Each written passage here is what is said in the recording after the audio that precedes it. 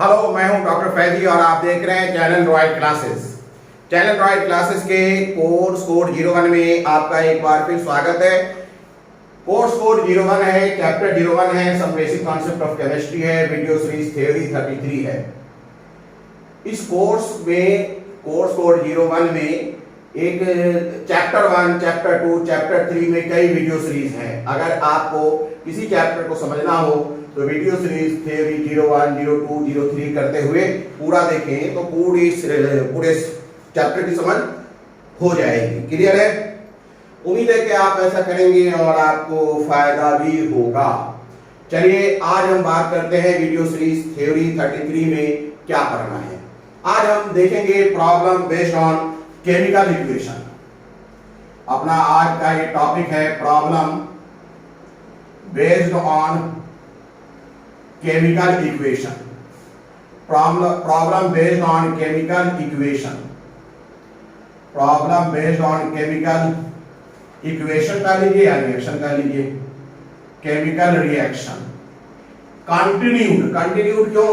क्योंकि इसके बारे में थोड़ी बात हो चुकी है वीडियो सीरीज थ्योरी 32 में।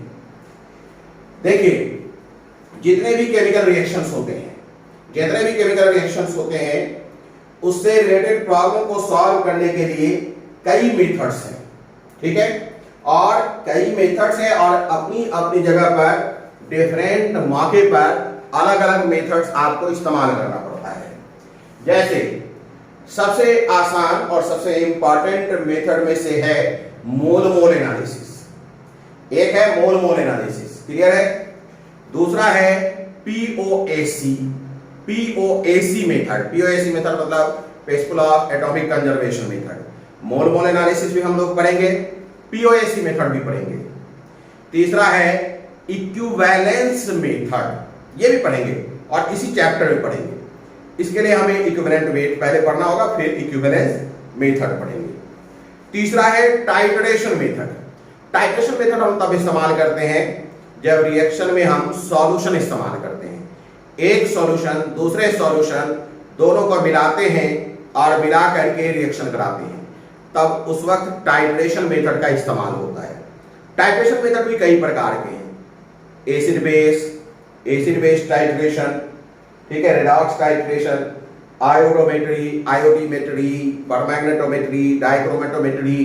तो इन सब का इस्तेमाल हम लोग करेंगे आने वाले टाइम में, इसी चैप्टर में करेंगे। क्लियर है?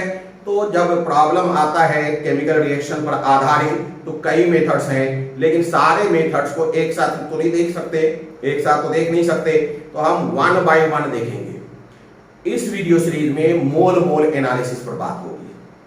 सबसे पहले हम लोग मोल एनालिसिस देखेंगे, फिर आगे के मेथड्स को अब एप्रोप्रिएट सीरीज में देखते हुए चलेंगे। तो सबसे पहले मोल एनालिसिस की बात की जाए। मोल एनालिसिस। देखिए, मोल एनालिसिस क्या है इस पर गौर करिए। मोल एनालिसिस क्या है इस पर गौर करिए। इसके लिए मैं आपको एक रिएक्शन देता हूं, AA plus B capital B C capital C plus D capital D। Clear है?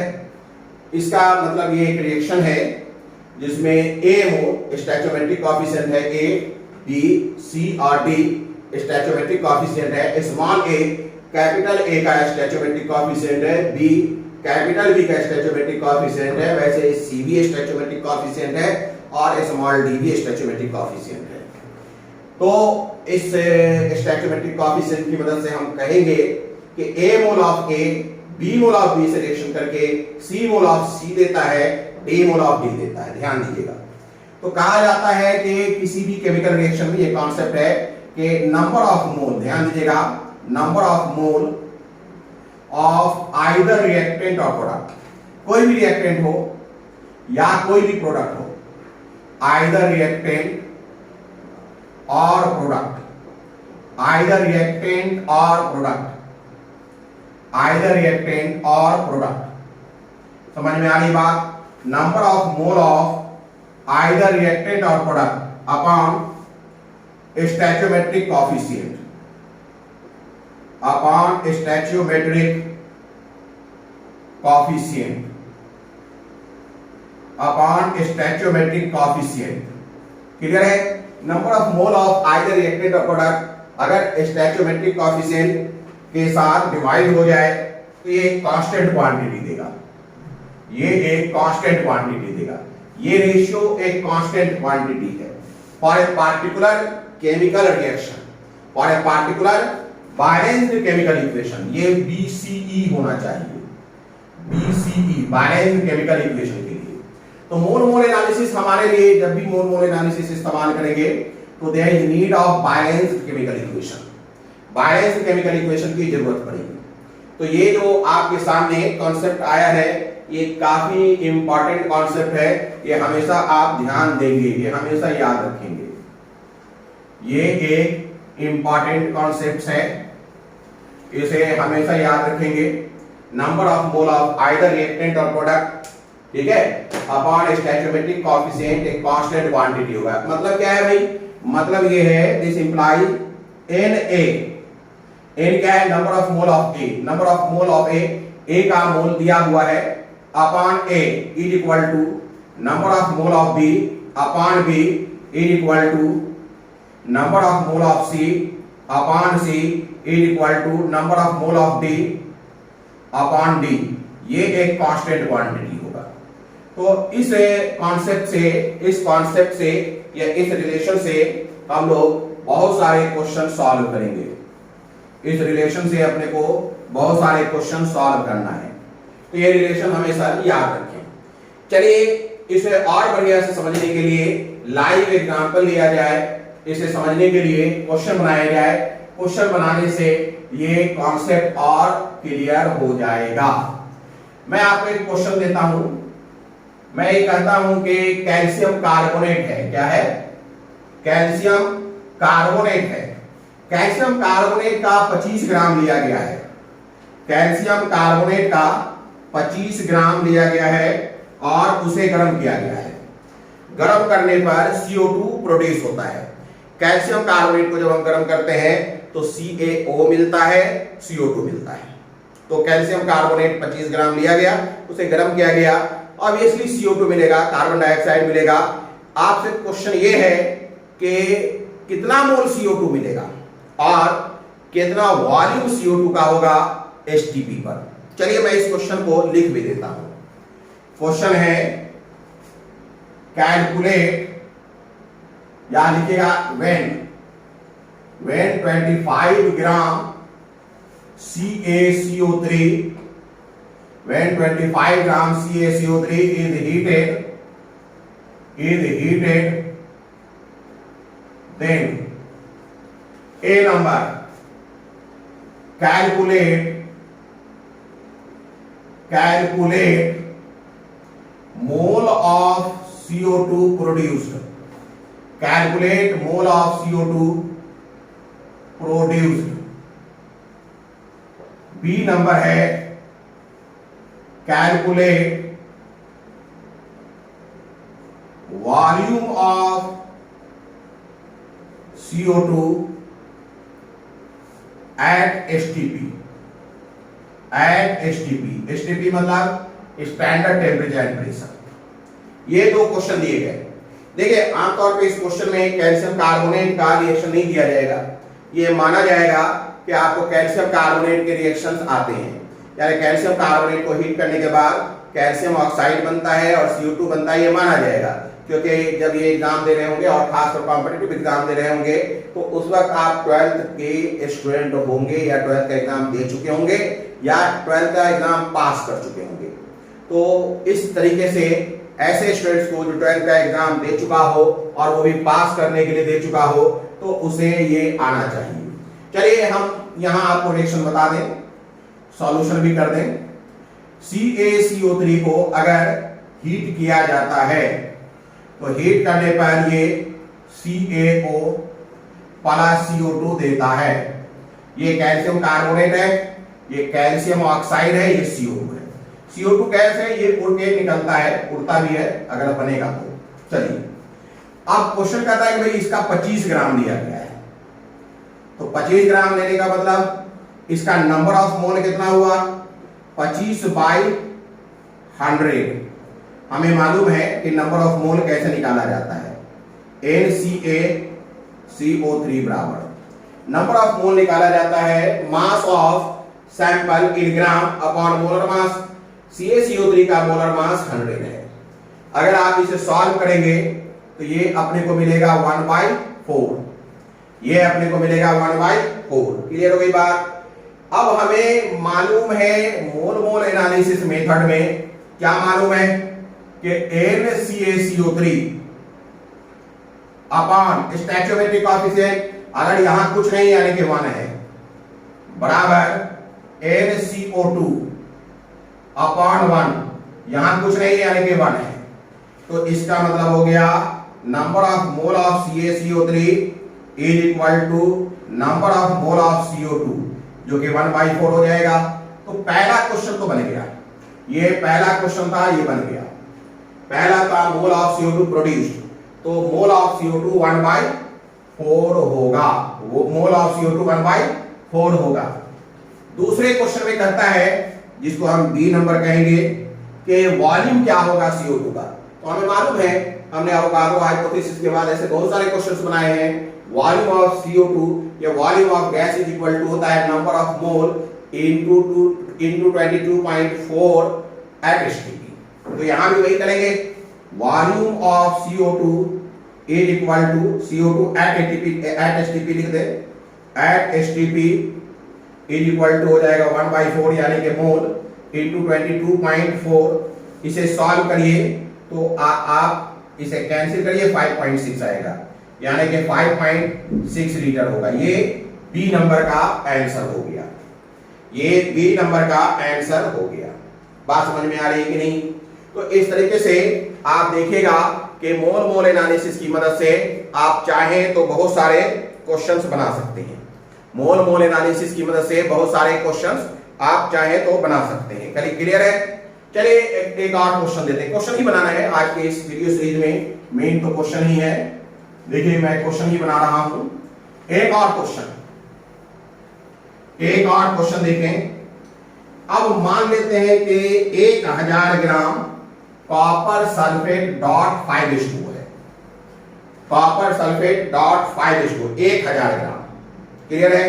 1000 ग्राम कॉपर सल्फेट .5:2 में कितना मास वाटर का है, ये आपको पता लगाना है। कितना मास वाटर का है ये आपको पता लगाना है। चलिए देखते हैं। मैं लिख भी दूं क्वेश्चन, लिखेगा कैलकुलेट, ठीक है, मास of water present, calculate mass of water present in 1000 gram CuSO4.5H2O। ये एक हाइड्रेटेड कॉपर सल्फेट है। इसे हम हाइड्रेटेड मतलब पानी वाला, हाइड्रेटेड कॉपर सल्फेट कहेंगे, अगर ये पानी ना होता, 5H2 नहीं होगा, तो ये एनहाइड्रस कॉपर सल्फेट होता। देखिए एग्जाम में आपको बताया जाएगा एटॉमिक मास कॉपर का 63.5, लेकिन मैं ये उम्मीद करूंगा कि ये सब याद भी रहे आपको, जो कॉमन एलिमेंट है उनके एटॉमिक मास याद रखा करें। वैसे एग्जाम में देगा 63.5। अब मैं इसमें निकालना है मुझे कि 1000 अगर कॉपर 1000 ग्राम कॉपर सल्फेट ले लिया गया है, ठीक है, कॉपर सल्फेट, तो कितना मास उसमें पानी का होगा। अपना सैंपल क्या है, यहां मान लेते हैं 1000 ग्राम CuSO4 आपको लैब में दे दिया गया, CuSO4.5H2O, और आपसे कहा जा रहा है कि इस सैंपल में कितना पानी, यही निकालना है। सबसे पहला काम मैं ये करूंगा कि मोलर मास निकालूंगा। Molar mass of CuSO4 5H2O। इसका मोलर मास निकालूंगा। It is the first priority. ये हमारा पहला काम होगा कि मैं इसमें मोलर मास निकालूंगा। जब मैं मोलर मास निकालूंगा तो इसमें जोड़िए 63.5, कॉपर 1 है तो 63.5, सल्फर का 32 होता है, ऑक्सीजन का 16 होता है, क्योंकि 4 है तो 64, प्लस वाटर का आपने को मालूम है 18, 5 से गुना कर दे तो 90। क्लियर है? इसे जोड़िए। ये 0.5 तो आप लिखेंगे ही, आ ही जाएगा। अब बात करते हैं, ये 4, 6 और 3 9, ये 9 हो गया। 9 6 15, 3 18 और 6 8 से 14, यानी 249.5।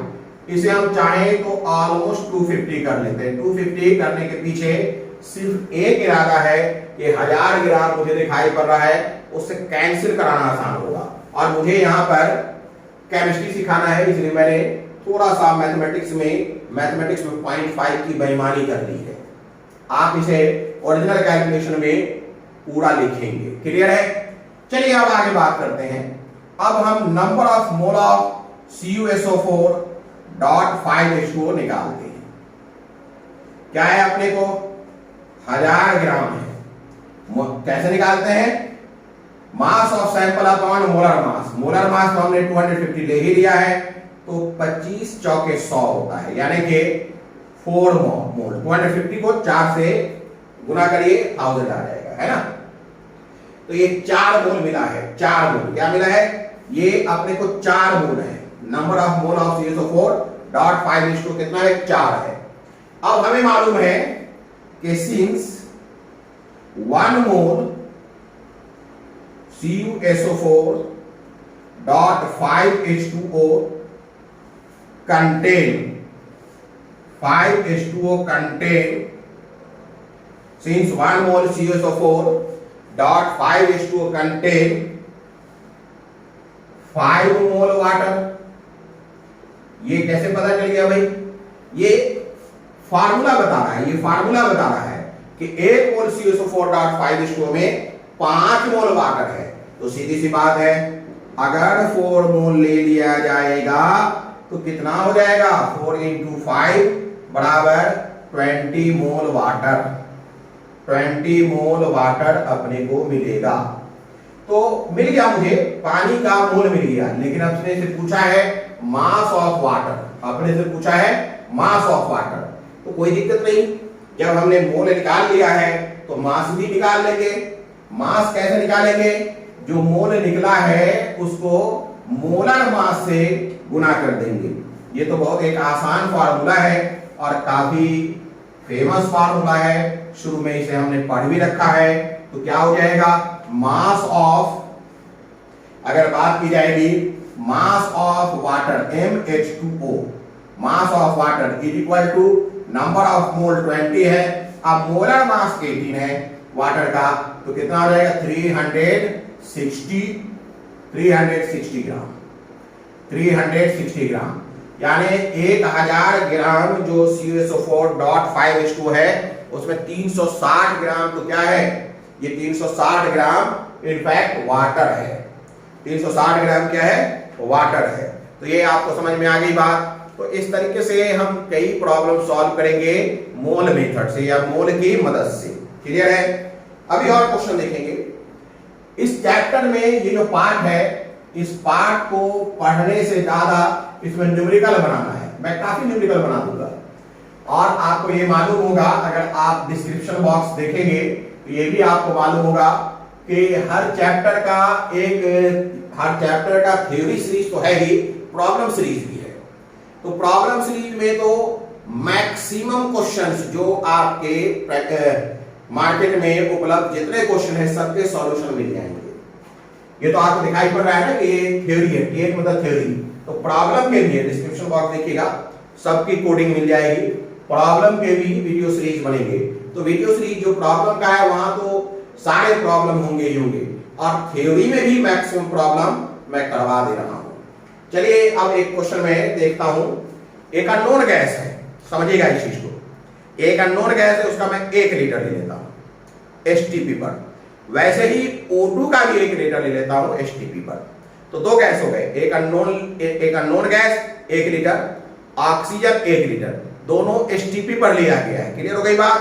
अब इन दोनों का मास रेशियो अपने को मिला है 2.22, मास रेशियो अपने को मिला है 2.22।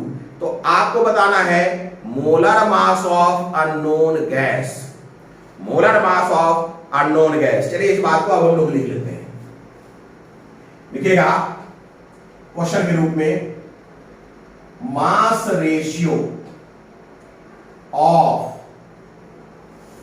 ठीक है, 1 लीटर गैस, गैस कैसा है, अननोन, नहीं मालूम कौन है, mass ratio of 1 litre gas at STP and 1 liter oxygen O2 at STP is 2.22, full stop. Calculate molar mass of unknown gas.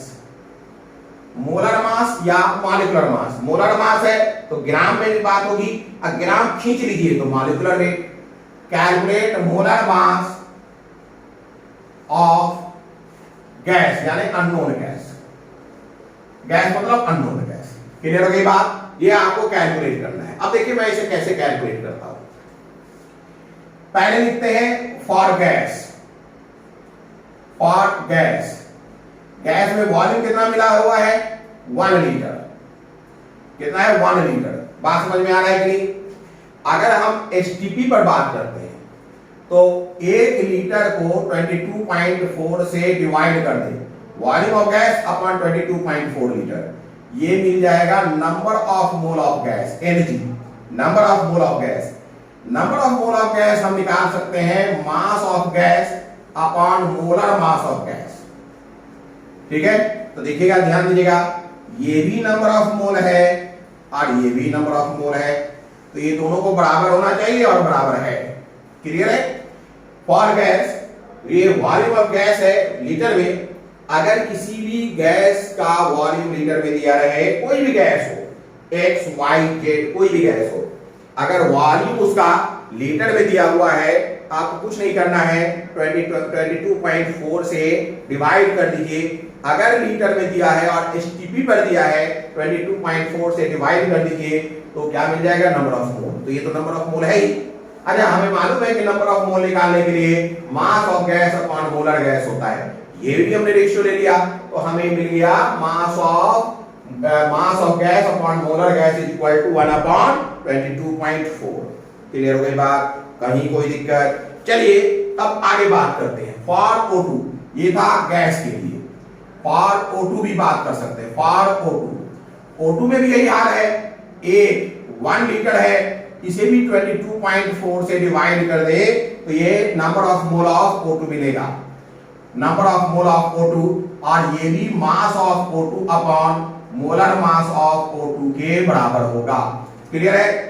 अब देखिए, इसे मैं मान लूं सपोज है इक्वेशन नंबर 1 और इसे मान लूं इक्वेशन नंबर 2, तो क्या मैं ये लिख सकता हूं, देखिएगा, ध्यान दीजिएगा, number of mole of gas upon number of mole of O2 बराबर 1/22.4 divided 1/22.4 is equal to mass of gas upon molar gas, molar mass of gas divided का मतलब ऐसे भी आप लिख सकते थे, ऐसे भी लिख सकते हैं, ठीक है, जगह बचाने के लिए मैंने ऐसे लिख दिया, मास of O2 upon molar mass of O2, क्या लिख सकते हैं, आराम से लिख सकते हैं। अब देखिए 1/22.4 को 1/22.4 से डिवाइड करेंगे तो 1 आएगा, इसका मतलब क्या हो गया, इसका मतलब हो गया mass of gas upon molar mass of gas into, ऊपर चला जाएगा molar mass of O2 upon mass of O2, ये पहले हमने ले लिया है, इज इक्वल टू क्या आने वाला है, 1। 1 आएगा। क्लियर है, कहीं कोई दिक्कत? अब आगे देखिए, इसे और सॉल्व करें। क्या हम इसे लिख सकते हैं mass of gas upon mass of O2 is equal to m is equal to नहीं into MO2 upon m gas is equal to 1 लिख सकते हैं। ये वैल्यू दिया हुआ है और वो है 2.22। ये वैल्यू दिया हुआ है और वो है क्या 2.22। तो हम लिखेंगे 2.22 into mass of O2 upon mass of molar mass of O2 upon molar mass of gas is equal to 1। तो थोड़ा इसे और सॉल्व कर लिया जाए।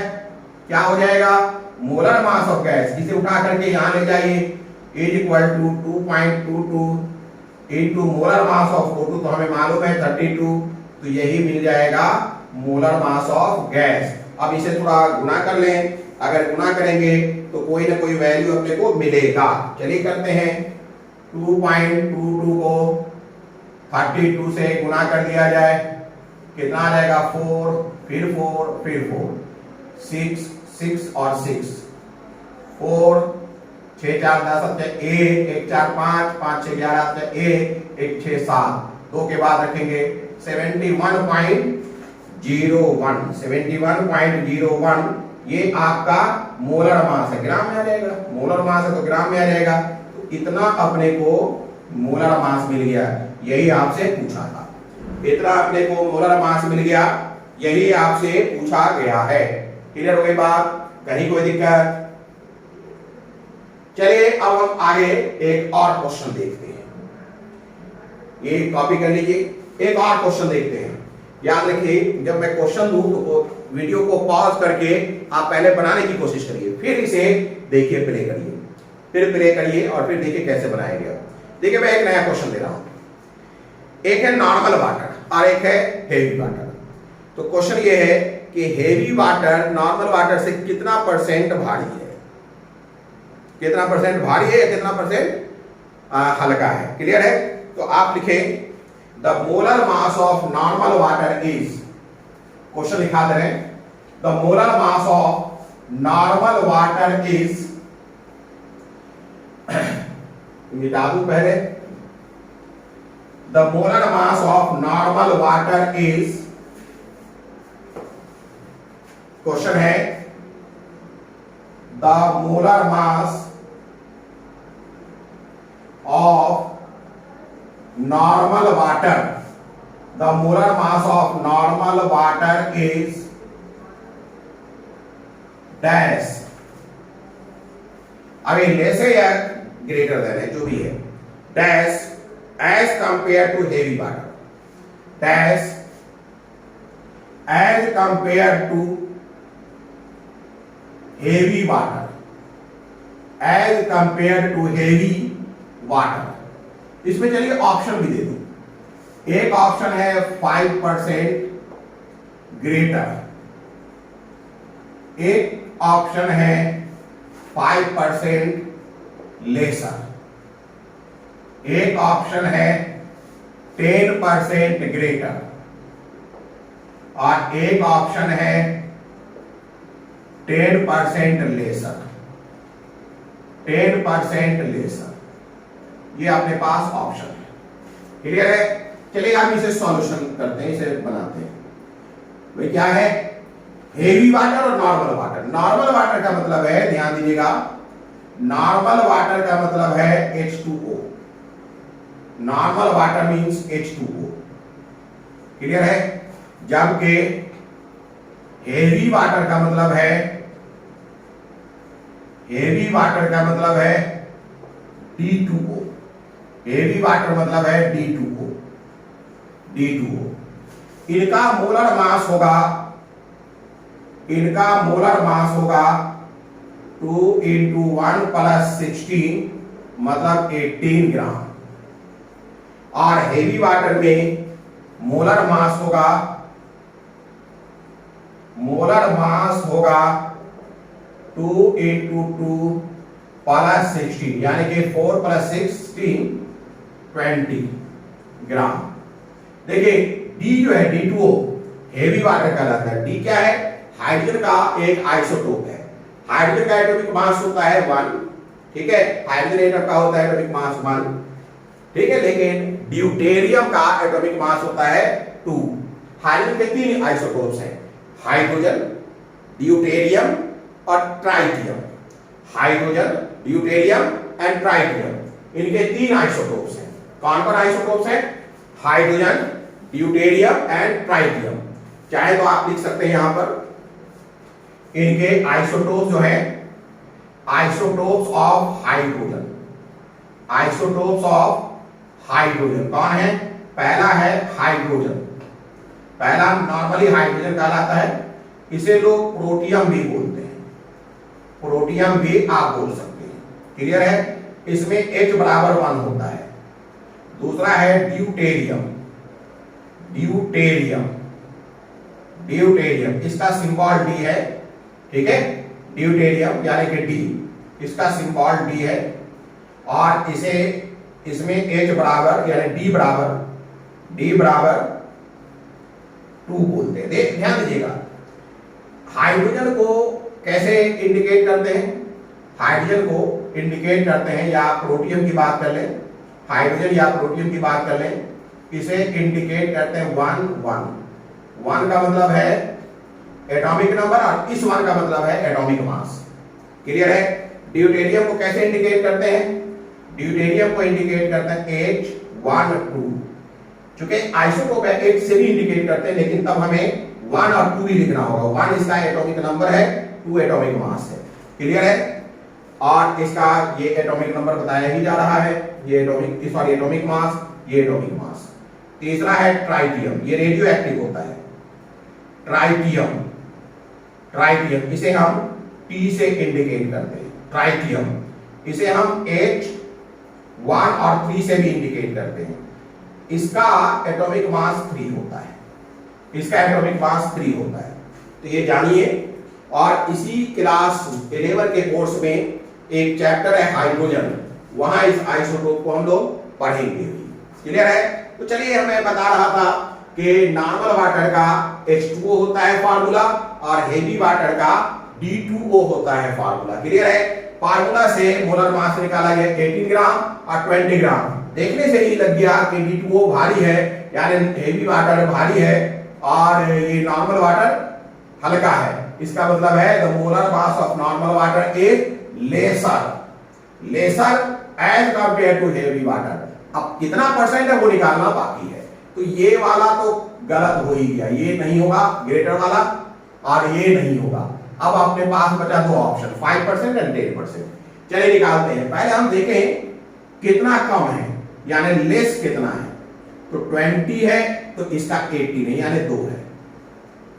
तो आप ये देखिए 20 ग्राम का कितना परसेंट, मान लेते हैं X%, 20 का X% कितना है 2, that means 20 into X by 100 बराबर 2।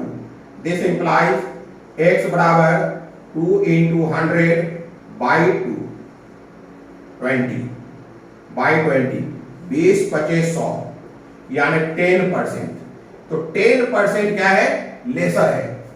ये लॉस है ना, X क्या है? लेस लॉस है, तो हम कहेंगे 10% लेस है, यानी D हो जाएगा। क्या हो जाएगा? 10%, बोलिए 10% लेस हो जाएगा, ये D आंसर हो जाएगा, 10% लेस हो जाएगा। बात समझ में आ रही है? कहीं कोई दिक्कत? चलिए अब एक और क्वेश्चन बनाते हैं। क्वेश्चन ही इंपॉर्टेंट है इस किस्म के टॉपिक के लिए। अगला क्वेश्चन देखते हैं। अगला क्वेश्चन ये है कि सिल्वर कार्बोनेट है, चांदी का कार्बोनेट है। कार्बोनेट मतलब CO3 उसमें मौजूद है, CO3 2- आयन मौजूद है, तो वो कार्बोनेट कहलाएगा। चांदी का कार्बोनेट है, सिल्वर कार्बोनेट है, उसे जब हम गर्म करेंगे तो ध्यान दीजिएगा सिल्वर बचेगा, बाकी चीजें उनमें से उड़ के निकल जाएगा। अगर हम सिल्वर कार्बोनेट को गर्म करेंगे तो बचेगा क्या? सिल्वर बचेगा, और निकलेगा क्या? H2O निकल जाएगा, वाटर, और क्या निकलेगा? CO2 निकलेगा। H2O और CO2 निकलेगा, H2O भी गैस बन के निकल भागेगा, CO2 भी गैस है, निकल जाएगा। तो जिस प्लेट में या जिस बर्तन में, जिस बीकर में, जिस फ्लास्क में, जिस टेस्ट ट्यूब में हम Ag2CO3 को गर्म कर रहे होंगे, ठीक है, उसमें बचेगा सिर्फ सिल्वर, चांदी, CO2 और H2O निकल जाएगा। तो सिल्वर को हम कहेंगे रेसिड्यू। रेसिड्यू मतलब बची हुई चीज। अब क्वेश्चन में बना रहा हूं, सिल्वर कार्बोनेट का मैं 55.2 ग्राम ले लेता हूं। सिल्वर कार्बोनेट का 55.2 ग्राम ले लेता हूं, उसे गर्म करता हूं और मैं पूछता हूं कि कितना CO2 का मोल निकला, फिर मैं पूछता हूं कितना H2O का मोल निकला, फिर मैं पूछता हूं कितना वॉल्यूम CO2 का निकला, फिर मैं पूछता हूं कितना वॉल्यूम H2O का निकला STP पर, फिर मैं पूछ लूं कि टोटल वॉल्यूम कितना निकला। तो ये क्वेश्चन बन गया।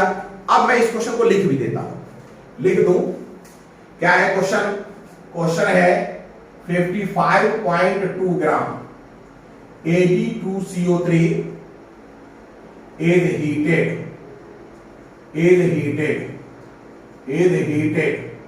क्या है? 55.2 ग्राम Ag2CO3 heated। क्लियर है? then calculate, ध्यान दीजिएगा, then calculate a number mass of residue. मैंने सिल्वर का नाम नहीं लिया, रेसिड्यू।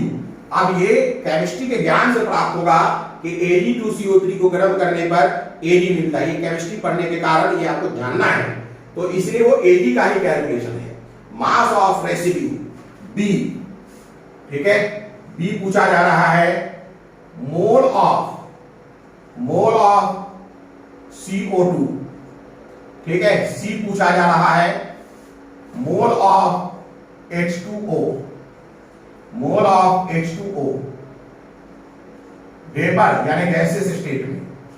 फिर आपसे पूछा जा रहा है volume of CO2 at STP। फिर पूछा जा रहा है volume of H2O vapour eight STP, volume of H2O vapour eight STP। Clear है? फिर पूछा जा रहा है total volume of gas at STP, इतने क्वेश्चन हो गए। अब देखिए इस क्वेश्चन में रिएक्शन की जरूरत पड़ेगी।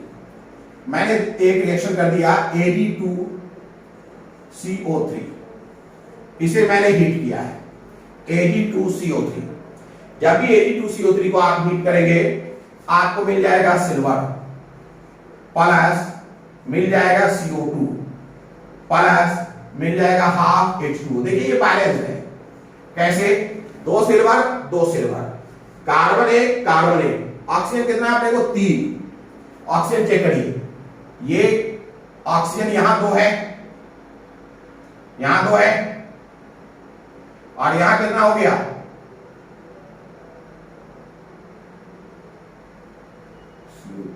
आप कैसे करेंगे?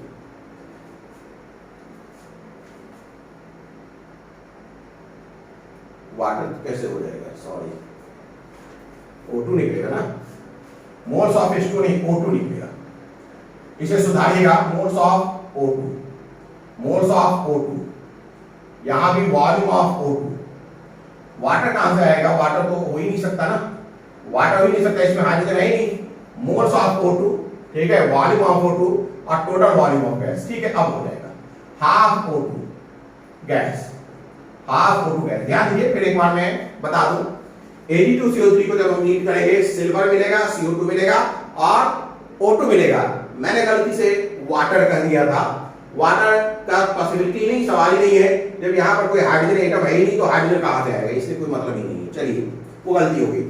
Ag2CO3 को जब मैं हीट करूंगा सिल्वर बनेगा, CO2 बनेगा, हाफ O2 गैस बनेगा। अब देखिए, चेक करिए, 2 सिल्वर, कार्बन 1, ऑक्सीजन 3 है, तो 2 यहां और आधा, एक यहां। हाफ O2 मतलब 1 ना, ये इससे गुना हो जाएगा तो 1 ही एटम बचेगा, है ना।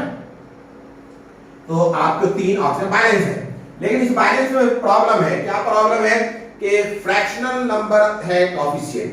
तो फ्रैक्शनल नंबर कॉफिशिएंट है, अगर आप चाहें तो पूरा कैलकुलेशन करिए फ्रैक्शन लेकर के, आंसर आएगा, कोई दिक्कत नहीं है।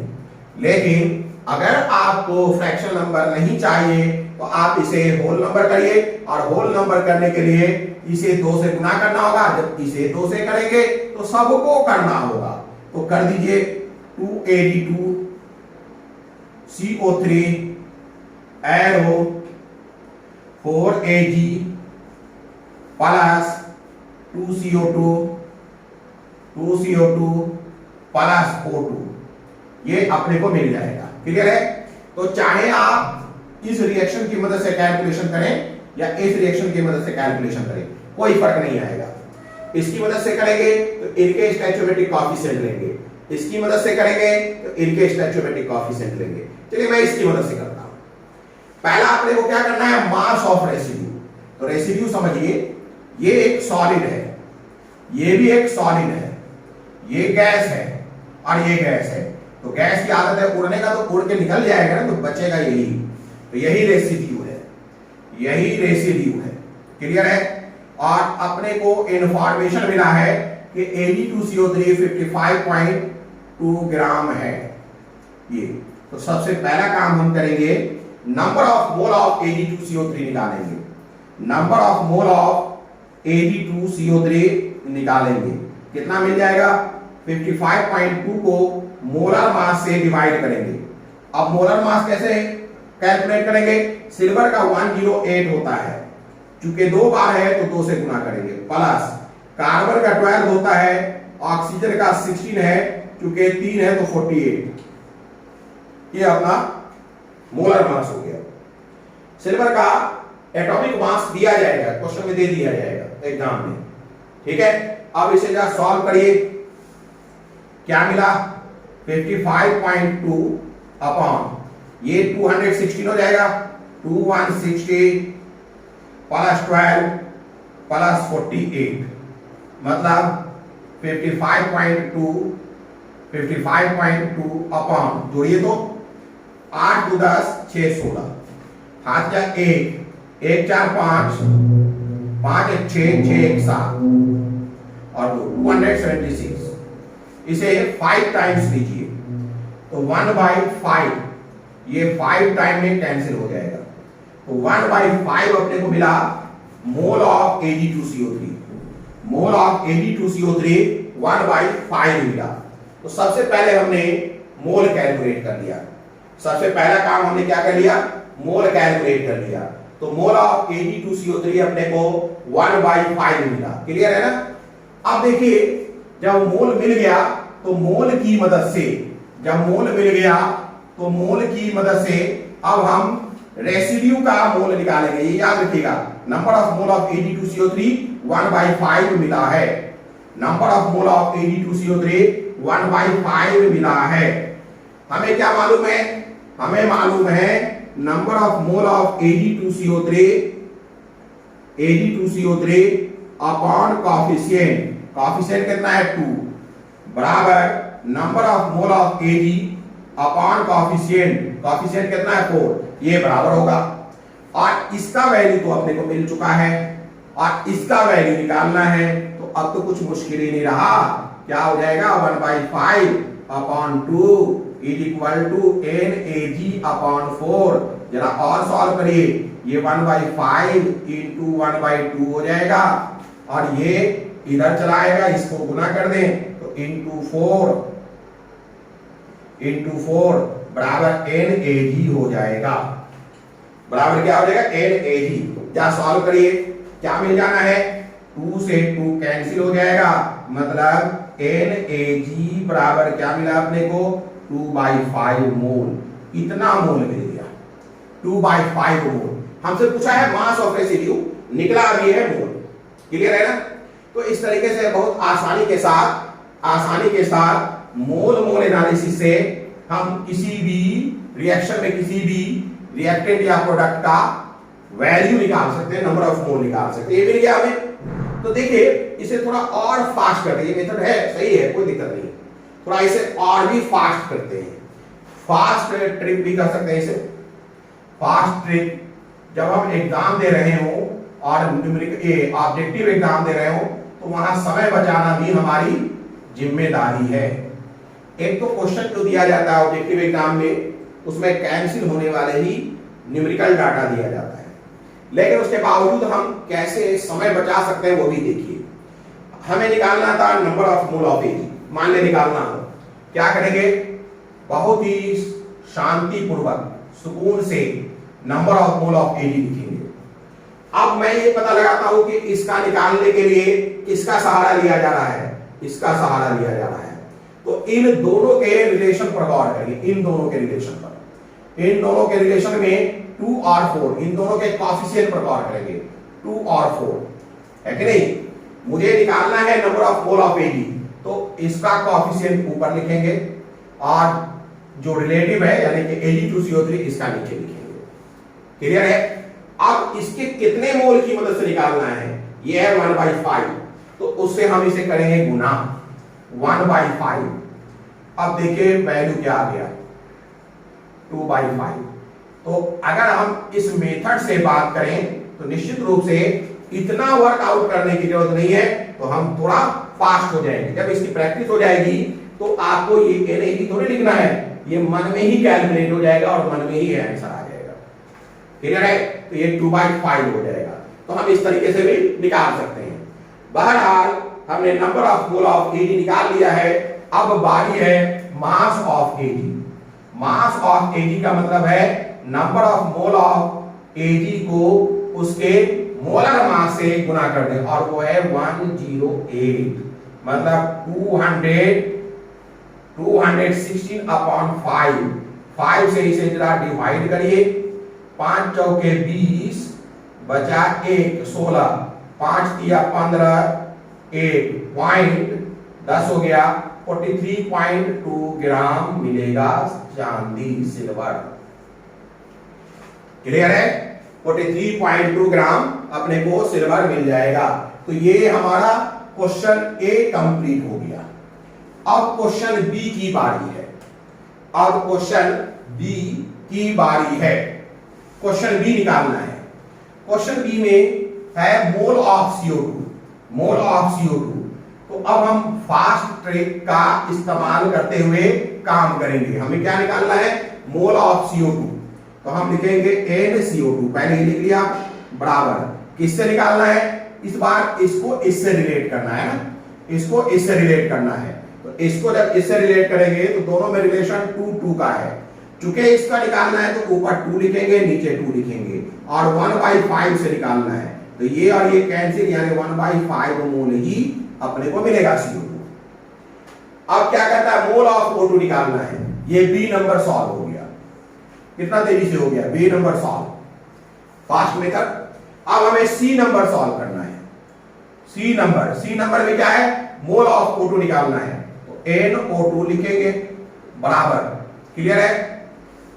यहां देखिए O2 और इनके बीच आपको रिलेशन चेक करना है, इनके बीच ये रिलेशन आपको चेक करना, O और Ag2CO3 के बीच में। यहां 2 है, यहां 1 है, तो 1 लिखेंगे, 2 लिखेंगे, और 1/5 से करना है, यानी 1/10 मिल जाएगा, 1/10 मोल मिलेगा। तो सी भी सॉल्व हो गया, सी भी सॉल्व हो गया। अब D, volume of CO2 at STP पूछ रहा है।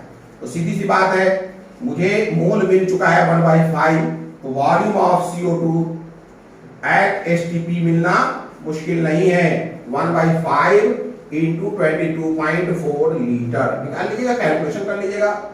वैसे ही ई की बात है, वॉल्यूम ऑफ O2 क्या हो जाएगा, volume of O2 eight STP की अगर बात की जाए तो अपने को मिलेगा 1/10 इंटू 22.4 लीटर। क्लियर है। तो हमें volume of CO2 at STP भी मिल गया, volume of O2 eight STP भी मिल गया। अब क्या हमें देखना है, अब हमें देखना है, ये पेपर अब नहीं रह जाएगा, O2 गैस है। अब हमें देखना है total volume of gas at STP, total volume of gas at STP। चलिए, टोटल वॉल्यूम के लिए कुछ नहीं करना है, इस टर्म को और इस टर्म को जोड़ देना है, यही तो टोटल वॉल्यूम हो जाएगा। तो टोटल वॉल्यूम जोड़ दीजिए, क्या दिक्कत है। टोटल वॉल्यूम ऑफ गैस हो जाएगा F total volume of gas at STP, at STP equal to हो जाएगा 1/5 या डायरेक्ट लिखिए 22.4/5 प्लस 22.4/10 है कि नहीं, यही हो जाएगा। जरा इसमें 22.4 को निकालिए बाहर, तो हो जाएगा 1/5 प्लस 1/10। चलिए अब इसे सॉल्व कर लीजिए, क्या हो जाएगा सॉल्व करने पर, बराबर 22.4, ये हो जाएगा एलसीएम 10, ये हो जाएगा 2 प्लस 1, दैट मीन्स 22.4 इंटू 3/10, 3 चौके 12, 1, 3 दूनी 6, 1 7, 3 दूनी 6, 3 चौके 12, 1, 3 दूनी 6, 1 7, 3 दूनी 6, 67.2/10, 10 ऊपर ले जाएंगे तो क्या हो जाएगा भाई, 10 ऊपर ले जाएंगे तो एक और 6.72 लीटर हो जाएगा, 6.72 लीटर हो जाएगा। तो इस तरीके से हमने एक और क्वेश्चन बना लिया है। क्वेश्चन बनाना ही इस तरीके के टॉपिक में इंपॉर्टेंट है, क्वेश्चन बनाना ही इस तरीके के केस में इंपॉर्टेंट है। चलिए एक और क्वेश्चन बनाते हैं, एक और क्वेश्चन बनाते हैं। देखिए हम कैल्शियम बाइकार्बोनेट ले लें, क्या ले लें, कैल्शियम बाइकार्बोनेट, और उसे हीट करें। जब कैल्शियम बाइकार्बोनेट हीट करते हैं तो अपने को मिलता है CO2, और भी चीज मिलेगा लेकिन उसमें एक प्रोडक्ट मिलता है CO2। कैल्शियम बाइकार्बोनेट का कितना ग्राम हीट किया जाए कि जो CO2 मिले उसमें मॉलिक्यूल हो 2.4 इंटू 10⁻23। बात समझ में आ रहा है। अब इसे लिख भी देता हूं और फिर बनाता हूं। देखिए calculate the amount of, calculate the mass लिख लीजिए, calculate the mass of calcium bicarbonate, calcium bicarbonate, bicarbonate, calculate the mass of calcium bicarbonate which will give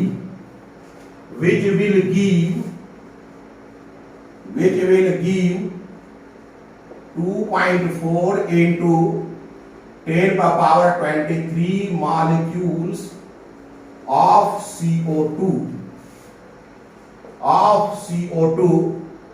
when it is heated, when it is heated।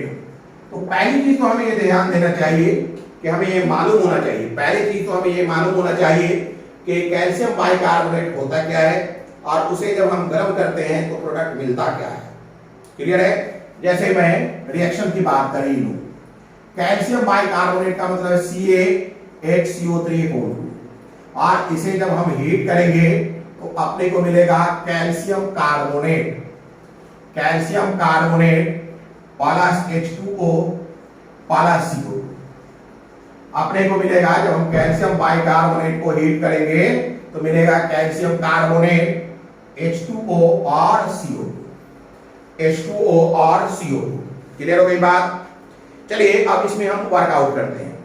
ये बताया हुआ है, इसका amount बताया हुआ है CO2 का, कितना अमाउंट बताया हुआ है, मॉलिक्यूल के टर्म में बताया गया है कि ये 2.4 इंटू 10⁻23 मॉलिक्यूल मिल रहा है।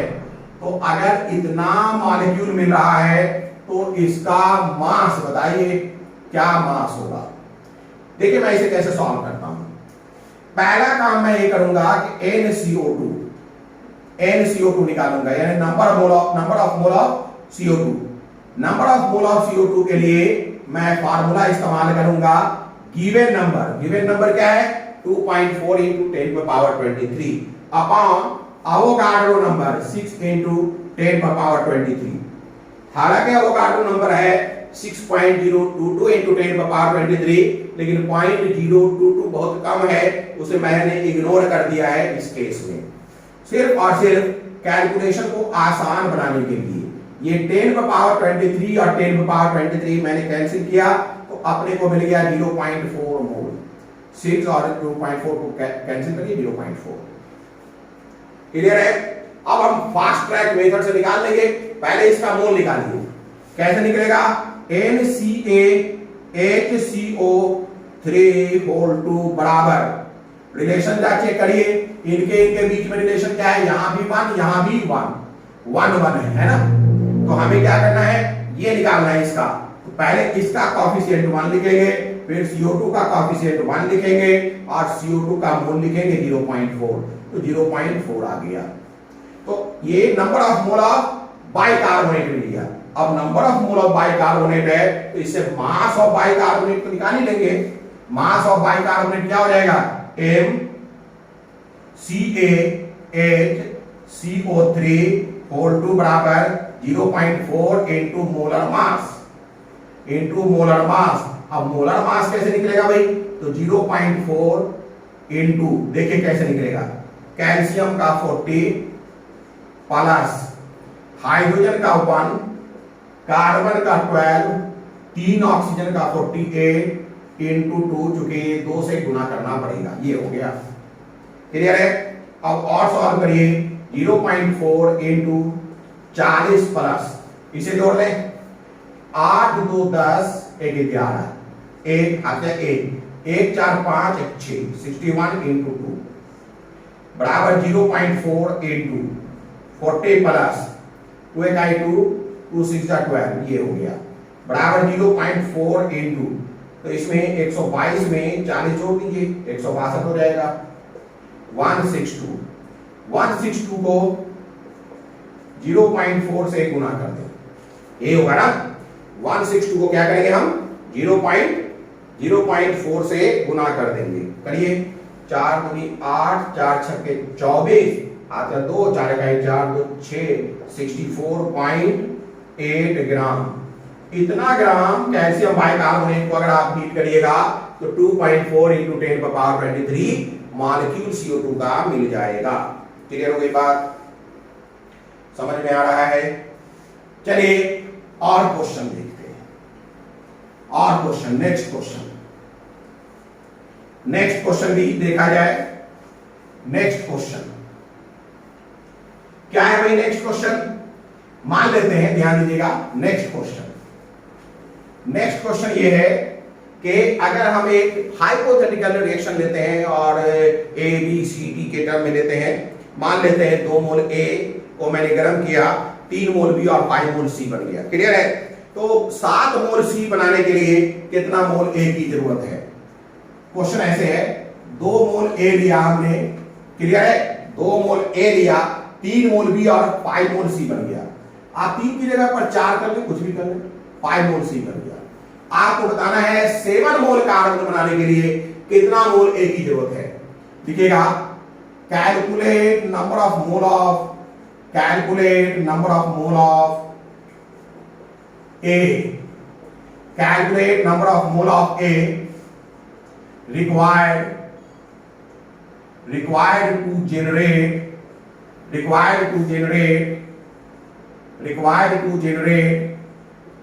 7 mole of C, required to generate 7 mole of C। ये तो बहुत आसान हो गया, अपना ट्रिक भी काम करेगा। मुझे A और C के बीच की बात करनी है, ठीक है? मुझे क्या निकालना है? Number of mole of A निकालना है। फटाफट Na लिखेंगे, इसमें 2 है 5 है, तो 2 ऊपर 5 नीचे, 7 मोल के लिए निकालना है तो 7 से गुना कर देंगे। कितना हो गया? 14/5 मोल A की जरूरत है। 14/5 मोल A की जरूरत है। तो इस तरीके से मैं कैलकुलेट कर सकता हूं। चलिए एक और कैलकुलेशन करते हैं। Calculate weight of H2। Calculate weight of H2 when 85 gram ammonia is heated। When 85 gram ammonia is heated, बहुत सारे क्वेश्चन बन सकते हैं।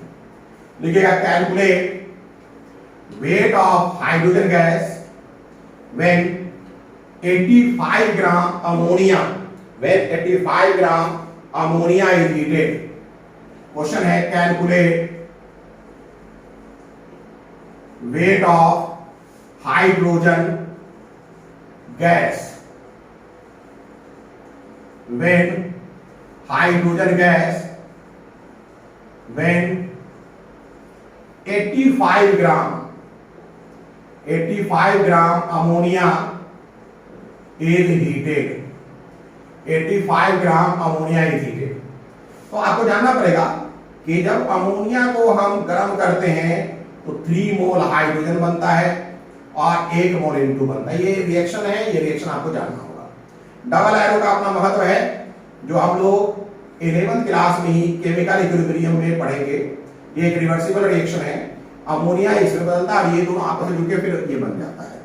तो इस पर डिटेल बात होगी, एक चैप्टर ही इसके लिए है केमिकल इक्विलिब्रियम, जहां रिवर्सिबल रिएक्शन देखेंगे, अभी देखने की जरूरत नहीं है। तो ये है 85 ग्राम। मास ऑफ अमोनिया कितना दिया जा रहा है? 85। और पूछा जा रहा है मास ऑफ H2 कितना है। लेकिन हमें मास से थोड़े एनालिसिस करना है, मास से नहीं, मोल से एनालिसिस करना है। तो number of mole of ammonia निकालिए, 85 बाई 17, 85 गिवन नंबर, ये मोलर मास, तो 5 हो गया। और इसका आपको निकालना है मोल NH2, तो क्या देखेंगे, इनके बीच का रिलेशन देखिए, ये 2 है, ये 3 है, हाइड्रोजन निकालना है तो 3, इससे रिलेशन है 3/2 × 5, यानी कि 15/2।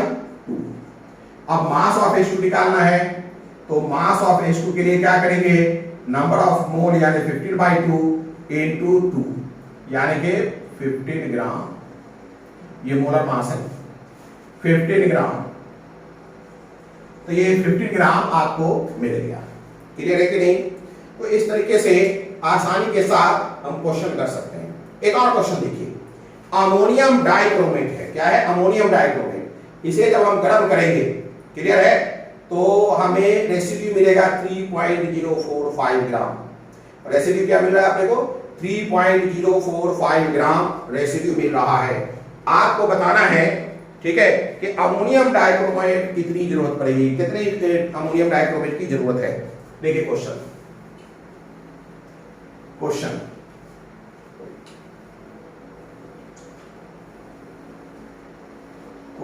है, कैलकुलेट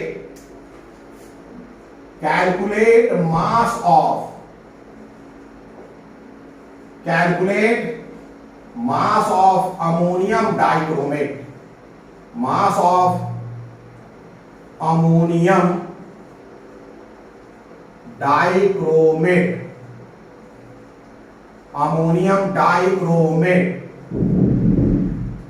रिक्वायर्ड,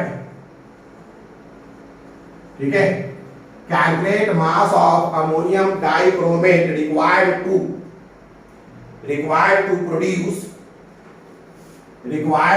प्रोड्यूस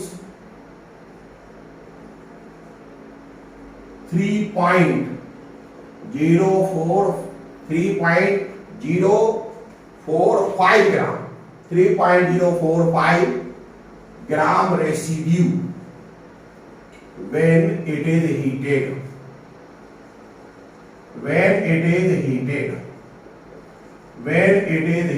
अगर इसे हम हीट करेंगे। क्लियर है? देखिए क्या हो जाएगा, पहले आप अमोनियम डाइक्रोमेट का फार्मूला जानिए, NH4 ये है अमोनियम डाइक्रोमेट का फार्मूला। और जब इसे हम गर्म करते हैं तो क्या क्या बनता है ये भी जानिए। अमोनियम डाइक्रोमेट को जब आप गर्म करेंगे तो Cr2O3 मिलेगा। क्या मिलेगा? Cr2O3 मिलेगा। ये अमोनियम डाइक्रोमेट है ना, Cr2O3 मिलेगा और ये ग्रीन कलर का होता है। जब मैं एनालिटिकल केमिस्ट्री पढ़ाऊंगा तो वहां इस ग्रीन कलर का इंपॉर्टेंस आपको पता चलेगा। N2 प्लस हाइड्रोजन, और इसका मास दिया हुआ है m बराबर 3.045, ये दिया हुआ है, इसका मास दिया हुआ है। तो आपको बताना है इसका मास कितना है, यही बताना है। m बराबर यानी m NH4 whole to Cr2O7 बराबर कितना है, ये आपको बताना है। चलिए बताते हैं। पहले number of mole of Cr2O3 निकालिए, 3.045 अपॉन क्रोमियम का कितना होता है 55, तो 55 × 2 प्लस 48 बराबर 3.045 अपॉन, ये कितना हो गया, 2 × 10 आते हैं 1, 2 × 10 है 11, 110 प्लस 48 मतलब 3.045 अपॉन, देखिए कितना हो जाता है ये 8 4 1 5 158, क्या हो जाता है ये 158, 1 मिनट 158 2 होना चाहिए, 1 मिनट रुकिएगा, 104 8 4 12, ये 52 होगा, 52 तो 2 दूनी 4 2 × 10 104, 8 4 12 आ गया 1 1 4 5 152, ये हो जाएगा 52 होता है क्रोमियम का, 55 मैंने गलत लिख दिया, क्रोमियम का 52 होता है 3.045 अपॉन 152। अब इसे आप सॉल्व करिए, इसे अगर आप सॉल्व करेंगे तो आपको क्या मिल जाएगा, लगभग 1/50 आ जाएगा, 1/50 इतना आ जाएगा। तो ये है number of mole of Cr2O3, it is the number of mole of Cr2O3। तो आपको अब क्या निकालना है, number of mole of NH4 Cr2O7 और फिर मोलर मास से गुना कर देना है। तो देखिए number of mole of ammonium NH4 Cr2O7 बराबर, देखिएगा इनको इनकी मदद से निकालना है, 1 1 का रिलेशन है, इसका मोल लिख रहे हैं तो 1 इस y1 इंटू 1/50 यानी इतना ही होगा। अब मास निकालना हो तो क्या करेंगे, मास NH4 Cr2O7 बराबर 1/50 इंटू मोलर मास, क्या मोलर मास मुझे निकाल के बताना चाहिए, अब आप लोग खुद कर लीजिए, बहुत कर दिया हमने, मोलर मास खुद कर लीजिए, बहुत कर दिया हमने। अब इसके बाद हम लोग देखेंगे एक और केस, ये जो केस था ध्यान दीजिएगा, ये जितने भी हमने क्वेश्चंस बनाए ये एक पार्टिकुलर केस था, पूरे क्वेश्चन पर गौर करिए, पूरे क्वेश्चन पर जब आप गौर करेंगे तो इसमें रिएक्टेंट साइड में सिर्फ एक ही रिएक्टेंट था, कहीं भी हमने एक ही रिएक्टेंट लिया है, जितने भी केसेस लिए हैं सब में एक ही रिएक्टेंट था। अब हम एक ऐसा केस चुनने जा रहे हैं जिसमें रिएक्टेंट साइड में 2 रिएक्टेंट हो, मिनिमम 2 हो, क्लियर है, 2 रिएक्टेंट हो, कितने हो, एटलीस्ट 2 हो, यानी मोर देन 1 रिएक्टेंट हो, मोर देन 1 रिएक्टेंट हो। अब केस लीजिएगा, अगला केस है more than 1 reactant, next case है मोर देन 1 रिएक्टेंट, लिखिएगा नेक्स्ट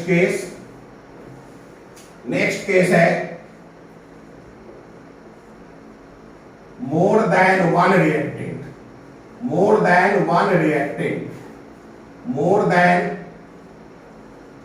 1 रिएक्टेंट, एक से ज्यादा रिएक्टेंट है, लेकिन शर्त क्या है, इंफॉर्मेशन एक का दिया गया है, इंफॉर्मेशन जो है एक ही का दिया गया है, लिखिएगा but information of 1 reactant is given, but information of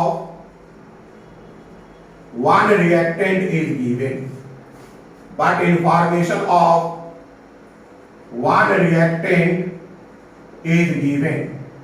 अब हम इस तरीके के क्वेश्चन पर काम करेंगे, इसके पहले वाले जितने भी क्वेश्चंस थे उस सारे क्वेश्चन में क्या था कि एक ही रिएक्टेंट था, इस बार हमने क्या किया है, एक से ज्यादा रिएक्टेंट की बात मैं कर रहा हूं, एक से ज्यादा रिएक्टेंट रहेगा, लेकिन जो इंफॉर्मेशन आपको मिलेगा वो सिर्फ और सिर्फ एक रिएक्टेंट का मिलेगा। अब ऐसे केस पर कुछ क्वेश्चंस देखेंगे, लेकिन वो वीडियो सीरीज 33 नहीं होगा, 34 होगा, यानी इसी केस से आगे बात होगी और वो 34 में होगा, क्लियर है।